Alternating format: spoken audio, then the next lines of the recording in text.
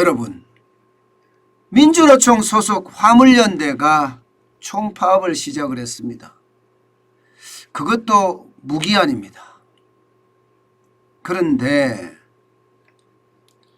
지금 같은 이 시기에 과연 총파업이 답인가? 저는 경제적 관점에서 봐서는요, 최악의 시나리오를 써가는 것은 아닌가, 저는 그렇게 분석하고 있습니다. 어떤 분들은 제가 민주노총의 총파업을 이야기하니까 정부 대변인이냐 뭐 이렇게 이야기하시는 분도 계시던데, 저는 정부 대변인이 될 생각도 없고요. 우리가 부자 되는 데만 관심이 있습니다. 그런 차원에서 철저하게 경제적 관점에서 민주노총의 화물연대 총파업 이것을 보면요, 솔직히 안타깝기 그지없습니다. 왜냐하면요, 진짜 다 망하자는 것이냐 그렇게 생각할 수 있으니까요. 자, 이 지표를 한번 보세요. 5월 소비자 물가 상승률입니다. 5.4%예요. 5.4%라는 숫자는 결코 낮은 숫자가 아닙니다. 여러분도 보시는 것처럼 2008년 8월에 5.6% 이후로 최고치입니다. 앞으로 이게 얼마나 더 올라갈지 또 모릅니다. 문제는. 게다가 말입니다, 원자재 가격은 계속 오르고 있어요. 에너지원이든 광물 자원이든 곡물 자원이든 다 오릅니다. 그러니까 세부 물가로 가보면 충격적인 내용이 나옵니다. 농축산물이 4.2%부터 시작을 해서요, 석유류는 34.8%고요. 외식이 7.4%까지 오를 정도예요. 안 오른 게 없습니다. 이 정도까지 오른다는 것은 여러분, 지금 시장에서는요, 물가 상승률이 어마어마한 충격을 준다는 이야기예요. 아마 이대로 가다가는요, 경제 전체에 큰 영향을 미치지 않을까, 이런 예견까지 하거든요. 이런 와중에 말입니다, 민주노총의 화물연대가 파업을 했다. 이 말은 국내 화물차로 실어 나가야 될 소주며 맥주며 진짜 많은 공산품들 제대로 실어 나르지 못한다는 게 되잖아요. 쉽게 말하면 공급망이 붕괴가 된다는 뜻이잖아요. 그러면 가격은 어떻게 될까요? 당연히 가격은 올라갑니다. 안 그래도 지금 올라가고 있는 상태인데 화물연대가 총파업을 그것도 무기한으로 하게 되면 거기에 대한 충격은 저는 어마어마하리라고 생각합니다. 그뿐만이 아닙니다, 여러분. 기업들이 투자하겠습니까? 아니, 기업은 재고가 쌓여 있으면 설비 투자를 하지를 못합니다. 여러분도 알다시피 지금 기업의 설비 투자는 최악이에요. 2월 달에 마이너스 5.7% 떨어졌죠. 3월 달에 마이너스 2.9%입니다. 4월 달에 마이너스 7.5%나 떨어졌습니다. 그것도 말입니다, 우리가 저수치를 믿어야 돼 하는 통계청의 수치로 말입니다. 통계청의 수치는 좀 불신이 있잖아요, 그죠? 그런데도 저렇게까지 떨어진다는 것은 여러분 보세요. 공급망이 붕괴가 되고 공장의 재고만 자꾸 쌓이면 출하가 안 되잖아요. 민주노총이 문을 딱 막고 있는데 출하가 되겠습니까? 출하가 안 되면 어떻게 될까요? 결국은 말입니다, 공장을 스톱해야 돼요. 공장을 스톱하면 거기에 대한 충격이 얼마나 클까요? 직원들도 놀아야 되고요. 이런 와중에서 여러분, 기업이 설비 투자를 할까요? 안 합니다. 안 합니다. 그러면 여러분 물가가 올라서 소비를 안 하고 기업은 설비 투자를 안 하고 점점 최악으로 가는 거죠. 여기에다가 말입니다. 여러분 수출항 보세요. 지금 수출항. 화물연대가 파업을 하니까 트럭이 하나도 안 다닙니다. 트럭이. 예, 여기는요 여러분 24시간 정신없이 바빠야 할 곳입니다. 수출에까지 영향을 주고 있다는 거예요. 수출에까지. 안 그래도 지금 우리 수출이 지금 망해가고 있다 이렇게 이야기할 수 있잖아요. 작년 12월부터 마이너스, 1월도 마이너스, 뭐 2월은 플러스 되고 3월은 플러스 됐다고 이야기하지만 4월에는 25억 1천만 달러의 마이너스였고요. 5월에도 17억 1천만 달러의 마이너스입니다.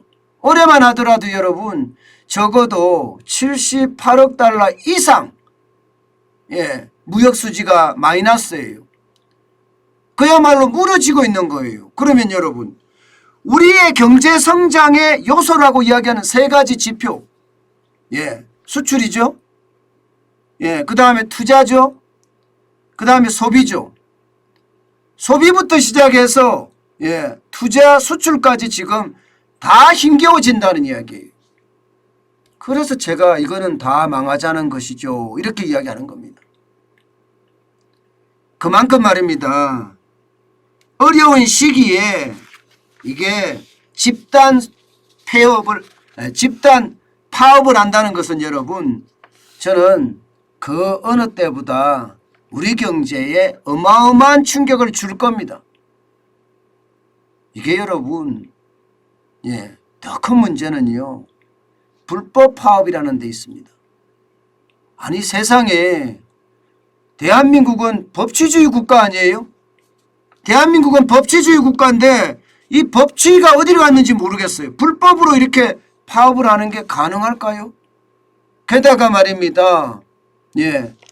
이게 뭐 창고든 물류기지든 그 앞에 화물연대 사람들이 서서 이게 막고 있답니다. 막고 있대요.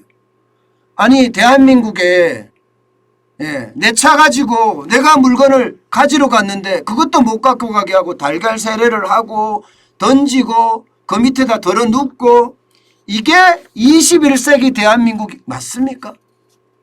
저는 이런 것을 보면서 말입니다. 도대체 법이란 어디 갔느냐? 도대체 원칙이란 어디 갔느냐? 그 말을 또 묻고 싶은 거예요. 그동안 문재인 정부 5년 동안 법치 완전히 무너졌잖아요.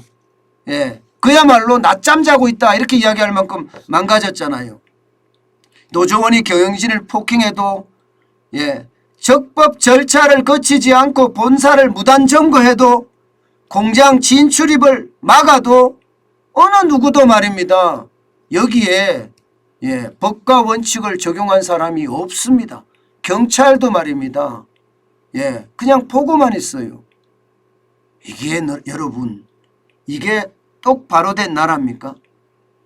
코로나가 진짜 창궐을 하는데 수만 명이 종로에서 서소문으로 여의도로 이렇게 점거 사태를 벌려도 아무 제재가 없었습니다. 경제 손실은 어마어마했고요. 법을 경시하는 풍조가 아주 만연했는데도 말입니다. 저는 이런 자체가 결국 우리 경제에 저는 뒤통수가 아니라 그야말로 직격탄을 날릴 수 있다 이렇게 생각을 합니다. 저는 그 어느 때보다 지금 노조의 권한 엄청 커졌습니다. 이렇게 물리력을 행사를 안 하고 합법적으로 파업을 벌려도 말입니다. 대체 근로가 금지되거든요. 이거 어마어마한 파괴력입니다. 합법적으로 해도 어마어마한 파괴. 대체 근로가 금지되면요. 기업 입장에서는 파업에 참가하는 사람이 많으면 많을수록 기업을 돌릴 수도 없어요. 대체 근로가 금지되니까. 이거보다 더 강력한 권한이 어디 있습니까? 이런 권한을 가지고 있음에도 불구하고 말입니다. 게다가 여러분 국제노동기구 ILO에 4월 20일부터 핵심 협약이 발효가 돼서 파업권은 더 커졌잖아요. 이제 실업자나 해고자도 노조 활동이 가능해졌습니다. 이렇게 큰 힘을 가졌으면 이제 그 큰 힘을 바탕으로 대화와 타협이라는 게 있잖아요. 대화와 타협이라는 거. 예. 지금이 경제 위기 상황이면 국민들을 조금만 이해할 수 있다면 말입니다.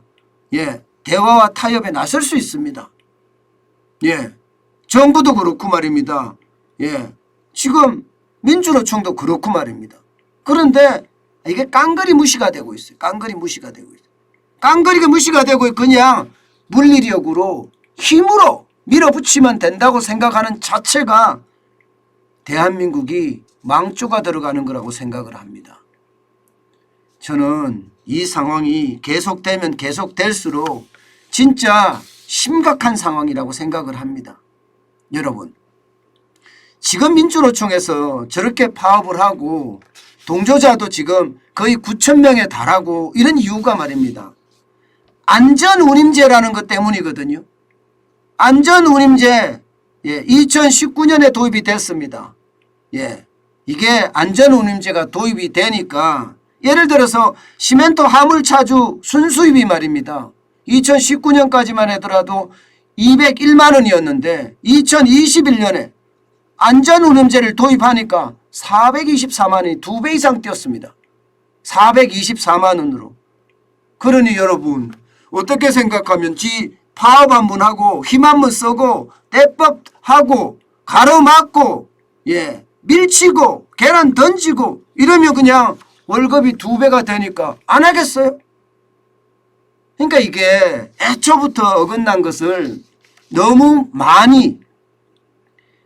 심각하게 줘놨기 때문에 이런 문제가 발생이 되는 거거든요.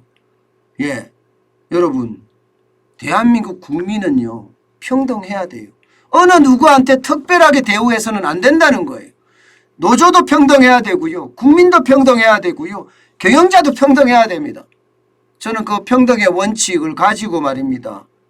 지금 민주노총이나 노조는 힘을 많이 가졌잖아요.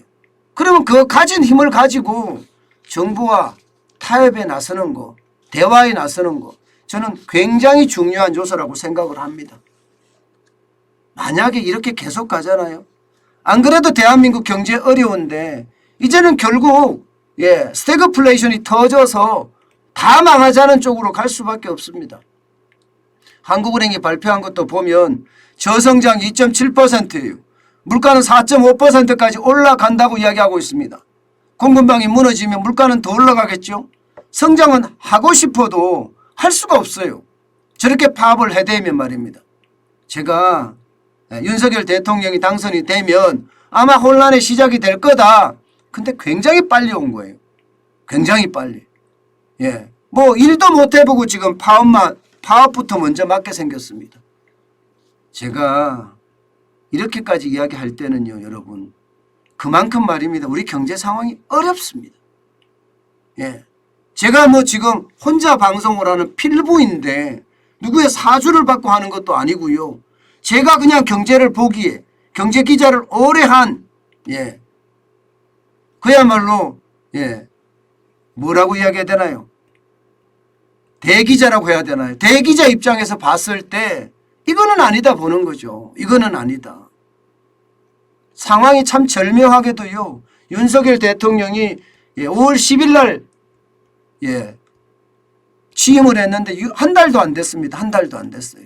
한 달도 안 됐는데 이런 일이 벌어진다는 게 어떻게 생각하면 저는 도저히 일어나지 말아야 될 일이 지금 일어났다고 생각을 합니다.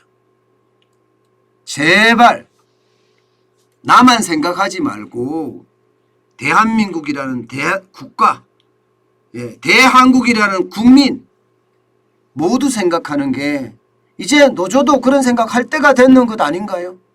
맨날 저렇게 힘으로 밀어붙여야 되는 건가요? 답답할 따름입니다. 이거는 다 망하자는 것이라고 생각하는 거. 이거는 함께 죽자고 나서는 거. 제발 대한민국이 선진국이라면 이런 행태는 이제 그만해야 되는 것 아니에요. 나의 이익을 위해서는 대중이 손해를 입어도 괜찮다는 생각, 저는 그런 생각부터 빨리 없애야 되고요. 그러려고 하면 법치가 바로 서야 됩니다. 법이라는 게 뭡니까? 나라를 운영하는 근간이잖아요. 저는 법치가 바로 서야지만이 대한민국이 더욱 우뚝 솟을 거라고 생각합니다. 법치가 바로 선 나라, 그런 나라는 당연히 안전한 나라고요. 미래가 있는 나라가 될 것입니다.